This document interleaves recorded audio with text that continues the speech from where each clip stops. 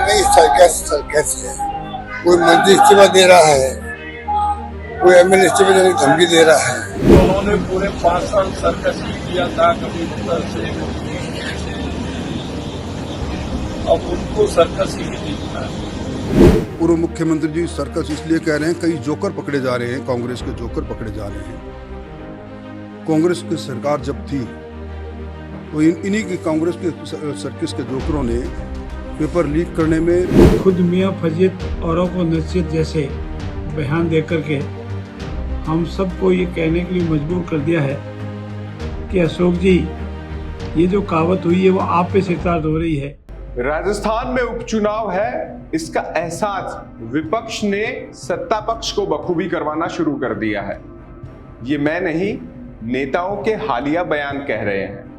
अब तक भजनलाल सरकार को राहत देने वाले विपक्षी बयान अब आहत कर रहे हैं और ऐसा घाव देने की तैयारी में है जो उपचुनाव में उनको फायदा पहुंचाए। लेकिन क्या राजस्थान की सरकार उपचुनाव जीतने की ओर बढ़ रही है ताकि ये जो बेचैनी है वो स्पष्ट तौर पर दिखा सके कि सरकारी कामकाज में तेजी के बाद राजस्थान में विपक्ष बौखला गया है। लेकिन जनता है, सब जानती। आप देख रहे हैं राजस्थान चौक, मैं हूं अंकित तिवारी।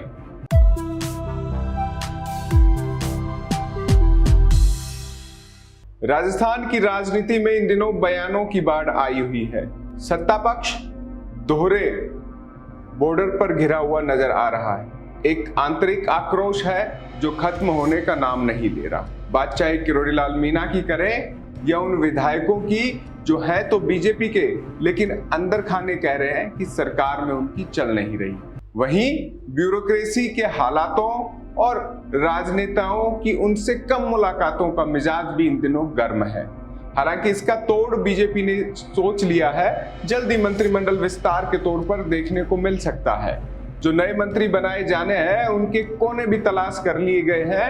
वो जाति, धर्म और इन उपचुनाव को लेकर महत्वपूर्ण रहने वाली सीटों के लिहाज से भी तय है। कुछ नाम जो मंत्रिमंडल विस्तार में है वो चर्चाओं में भी है, सोशल मीडिया या अन्य माध्यमों से आपने पढ़ भी लिए होंगे। लेकिन बात आज उपचुनाव में विपक्ष के लगातार आ रहे बयानों को लेकर है। ये बयान क्या सत्ता पक्ष की मजबूती की ओर इशारा करते हैं या विपक्ष के नेता अपनी ही पार्टी में अपने वजूद को बचाने के लिए भजनलाल सरकार पर ऐसा वार कर रहे हैं? अशोक गहलोत का बयान जोधपुर पहुंचते ही चर्चा में आ गया। उन्होंने सरकार को सर्कस बता दिया। वहीं राजेंद्र राठौड़ जो खुद जोधपुर में मौजूद थे, उन्होंने कहा कि जोकर पेपर लीक के जेल जा रहे हैं। ऐसे में अशोक गहलोत का सरकार को सर्कस बनाना समझ में आ सकता है। मंत्री जोगाराम पटेल भी सरकार के बचाव में आए और उन्होंने कहा कि ये जो हो रहा है वो नीतिगत रूप से सरकार की मजबूती से बौखलाए हुए नेताओं के विचारों का परिणाम है। सरकार उनके शासनकाल में कैसी रही, अपने गिरेबा में झांके तो सब पता लगेगा। आइए आगे बढ़े, उससे पहले आपको सुना भी देते हैं क्या कहा है। नहीं, सर्कस है। कोई मंत्री इस्तीफा दे रहा है, कोई एमएलए इस्तीफा देने की धमकी दे रहा है और मुख्यमंत्री जी को चाहिए दौरे कुछ कम करे, वो भी अपना कर रहे हैं दिल्ली जयपुर के बीच में। तो मैं समझता हूँ गवर्नेंस करने का 8-9 महीना हो गया उनको भी। अब गवर्नेंस जम के करनी चाहिए, लोगों को रिलीफ मिले, बड़ा लोगों को तकलीफ होती है। उन्होंने पूरे 5 साल सर्कस ही किया था, कभी उत्तर से कभी नीचे से। अब उनको सर्कस ही दिखता है। मैं कहना चाहता हूँ आजकल वो ट्विटर पर भी बहुत कई बात लिख रहे हैं। मैं जरा उनको याद दिलाना चाहता हूँ, वो 10 महीने बाद चले जाए अपनी उन बातों को भी याद करें। आदमी जब किसी की तरफ पूरी करता है तो 4 उसकी तरफ हो जाता है। पूर्व मुख्यमंत्री जी सर्कस इसलिए कह रहे हैं, कई जोकर पकड़े जा रहे हैं, कांग्रेस के जोकर पकड़े जा रहे हैं। कांग्रेस की सरकार जब थी तो इन्हीं की कांग्रेस के सर्किस के जोकरों ने पेपर लीक करने में एक झड़ी लगा दी थी। आज बहुत से लोग सखीजों के पीछे हैं, बहुत से लोग असली किरदार अभी आने वाले सामने हैं। सरकार भ्रष्टाचार के जीरो टॉलरेंस पर काम कर रही है। सरकार ने जो वादे किए थे संकल्प पत्र के, उसमें 50% से ज़्यादा वादा पूरे करने वाली सरकार है, इसलिए उनको सर्कस लग रही है। मैं समझता हूँ कि उनकी खुद की सरकार के कार्यकाल को अगर वो याद करें तो ठीक थी। राजस्थान के पूर्व मुख्यमंत्री श्री अशोक गहलोत जी ने जोधपुर में खुद मियां फजीत औरों को नसीहत जैसे बयान देकर के हम सबको ये कहने के लिए मजबूर कर दिया है कि अशोक जी, ये जो कहावत हुई है वो आप पे सिरताज हो रही है। खुद मियां फजीत और औरों पर नसीहत ये चलती नहीं है। राजस्थान में वर्तमान की सरकार और यशस्वी मुख्यमंत्री आदरणीय भजन लाल जी के ऐतिहासिक संकल्पों की पूर्ति को देखकर पूर्व मुख्यमंत्री और प्रदेश कांग्रेस के अध्यक्ष बौखला गए हैं, अनगलत बयान दे रहे हैं। उनको ये बखूबी जानकारी है कि पेपर लीक में दोषियों पर पूरी कार्रवाई हो रही है, परत दर पर खुल रही है, उनके द्वारा लगाए गए बड़े बड़े मगरमच्छ फंस रहे हैं, युवाओं को रोजगार में इतिहास में काम हो रहा है और पूर्ववर्ती सरकार ने इसमें कुछ नहीं किया। पिछली कैबिनेट में 90,000 युवाओं को रोजगार देने का संकल्प लिया है और इसकी शीघ्र भर्ती हो रही है। तीनों नेताओं को आपने सुना। ये राजस्थान की सरकार को लेकर उपजे आंतरिक आक्रोश से ज्यादा उपचुनाव की ओर बढ़ते हुए कदम है। 7 सीटों पर उपचुनाव होना है। माना यह जा रहा है कि 4 सीटों पर कांग्रेस अपने उम्मीदवार उतारेगी, 3 सीटें समझौते में। हालांकि हो सकता है ये 4 से 5 भी हो जाए, सैलुंबर में भी कांग्रेस उतारे, लेकिन जो 3 सीटें समझौते में इंडिया अलायंस के तहत जाने की उम्मीदें हैं वो खींवसर, 84 और सैलुंबर है। 4 सीटें जहां पर कांग्रेस अपने प्रत्याशी उतारने जा रही है वो अलवर की रामगढ़, झुंझुनू, देवली उनियारा और दौसा सीट है। अब कांग्रेस को यह लग रहा है कि ये जो 4 सीटों पर उनके प्रत्याशी उतारे जाने हैं उनमें वो विधायक जो अब सांसद बन चुके हैं, अगर उनके परिजनों को या उनके कहे अनुसार टिकट नहीं दी गई तो वो लाभ बीजेपी के खेमे में चला जाएगा। यानी आंतरिक आक्रोश बीजेपी में अब नजर आ रहा है। इसकी वजह भी यहां से शुरू हुई कि कांग्रेस में टिकट वितरण को लेकर अशोक गहलोत, सचिन पायलट में पुरानी अदावत देखी जाती रही है।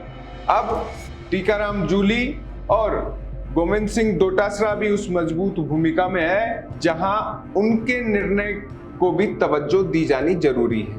हालांकि अंतिम निर्णय आलाकमान के भरोसे छोड़ा जाता रहा है, लेकिन प्रत्याशी चयन में किसकी चलेगी ये अब कांग्रेस के गलियारों में गूंजने लगा है, जिसका असर इन बयानों के जरिए भी सरकार पर आक्रमण कर दर्शाया जा रहा है कि कौन नेता पॉपुलर है, किस नेता की जुबान से हमला सरकार पर तीखा हो सकता है जो असरदार भी है, वो टिकट वितरण में भी उतनी ही भागीदारी रखे।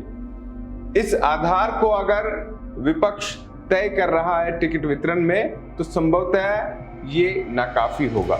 फिलहाल एक माहौल क्रिएट किया जा रहा है जिनमें बताया जा रहा है कि सरकार कोई भी काम नहीं कर रही है, लेकिन सरकार के नुमाइंदे कह रहे हैं कि उन्होंने वो सारे काम कर दिए या करने की ओर आगे बढ़ गए जो गहलोत सरकार या कांग्रेस की सरकार नहीं कर पाई। इनमें सबसे बड़ा जो काम पेपर लीक माफियाओं पर कड़ा एक्शन बताया जा रहा है। साथ ही पेयजल को लेकर जो योजनाएं अब आगे बढ़ रही हैं, जिनकी ढिलाई का परिणाम राजस्थान को अक्सर भुगतना पड़ता है, वो भी इनका हिस्सा है। राइजिंग राजस्थान के तहत देश विदेश से निवेश लाने के पहले ही वर्ष के दावे भी सरकार की जुबान पर है। वहीं नई सरकारी भर्तियों की घोषणा कैबिनेट में उनकी गूंज विपक्ष की नींदें उड़ा रही है। ये सत्ता पक्ष आरोप लगा रहा है कि ऐसे में उपचुनाव हारने की संभावनाओं के आधार पर कांग्रेस के बड़े नेता अब बदजुबानी और आरोपों पर आ गए हैं। लेकिन ये राजनीति है। यहाँ सरकार मजबूत विपक्ष के सामने कई बार घुटने टेकती हुई नजर आई है, उन मुद्दों पर जो जनता से जुड़े हुए रहे हैं, उन हितों पर जिनसे उस स्टेट की भलाई जुड़ी हुई है।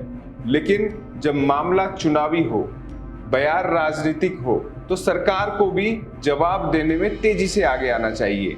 हर बार राजस्थान की सरकार और बीजेपी का संगठन इस पूरे मुद्दे पर पीछे हो रहा है। यही वजह है कि कांग्रेस के विधायक से लेकर बड़े नेताओं तक बयानों का सिलसिला लगातार जारी रहा है। लेकिन इस बयान के बाद ये साफ हो गया है कि अब कुछ ही दिनों में उपचुनाव को लेकर तारीख तय होने वाली है। अशोक गहलोत जोधपुर में जब पहुंचे हैं और उन्होंने वहां से अपनी आवाज को दिल्ली तक पहुंचाया है वाया जयपुर, तो ये दिखाई देता है कि उपचुनाव को लेकर अशोक गहलोत स्वस्थ होने के बाद अपनी सक्रियता को बढ़ाने वाले हैं। इसी आधार पर सचिन पायलट भी हरियाणा चुनाव के बाद अब अपना फोकस राजस्थान में अपने चहेतों को टिकट दिलाने में कर सकते हैं। हालांकि इस पूरे मामले में ये भी कहा जाता है कि अशोक गहलोत समझदार, अनुभवी और ऐसे नेता हैं कि जीत के लिए कोई भी चीज कर सकते हैं। यानी अपने समर्थकों को सचिन पायलट के खेमे में भेजकर टिकट दिलवा सकते हैं और जरूरत पड़ने पर अपने कोटे का उपयोग भी कर सकते हैं। ऐसे में उन्हें दोहरी जो खूबी है वो दौसा में हासिल होती हुई है और इसके अलावा अब देवली उनियारा में भी उनके ही नाम के चर्चे हैं। झुंझुनू सीट को लेकर भी उनका वीटो पावर काम आ सकता है। और बात रही रामगढ़ की, तो यहाँ पर जो भावनात्मक रुख है वो भी अशोक गहलोत के पक्ष में बैठता हुआ नजर आता है। ऐसे में सचिन पायलट अपने किन किन समर्थकों को टिकट दिलाएंगे, ये भी आगे आने वाले दिनों में देखने की बात होगी। फिलहाल के लिए राजस्थान चौक के नए दर्शक हैं तो आप सब्सक्राइब कर लीजिएगा। राजस्थान चौक पर लगातार बने रहिएगा। उपचुनाव को लेकर आपका क्या नजरिया है, कमेंट बॉक्स में बताइएगा। नमस्कार।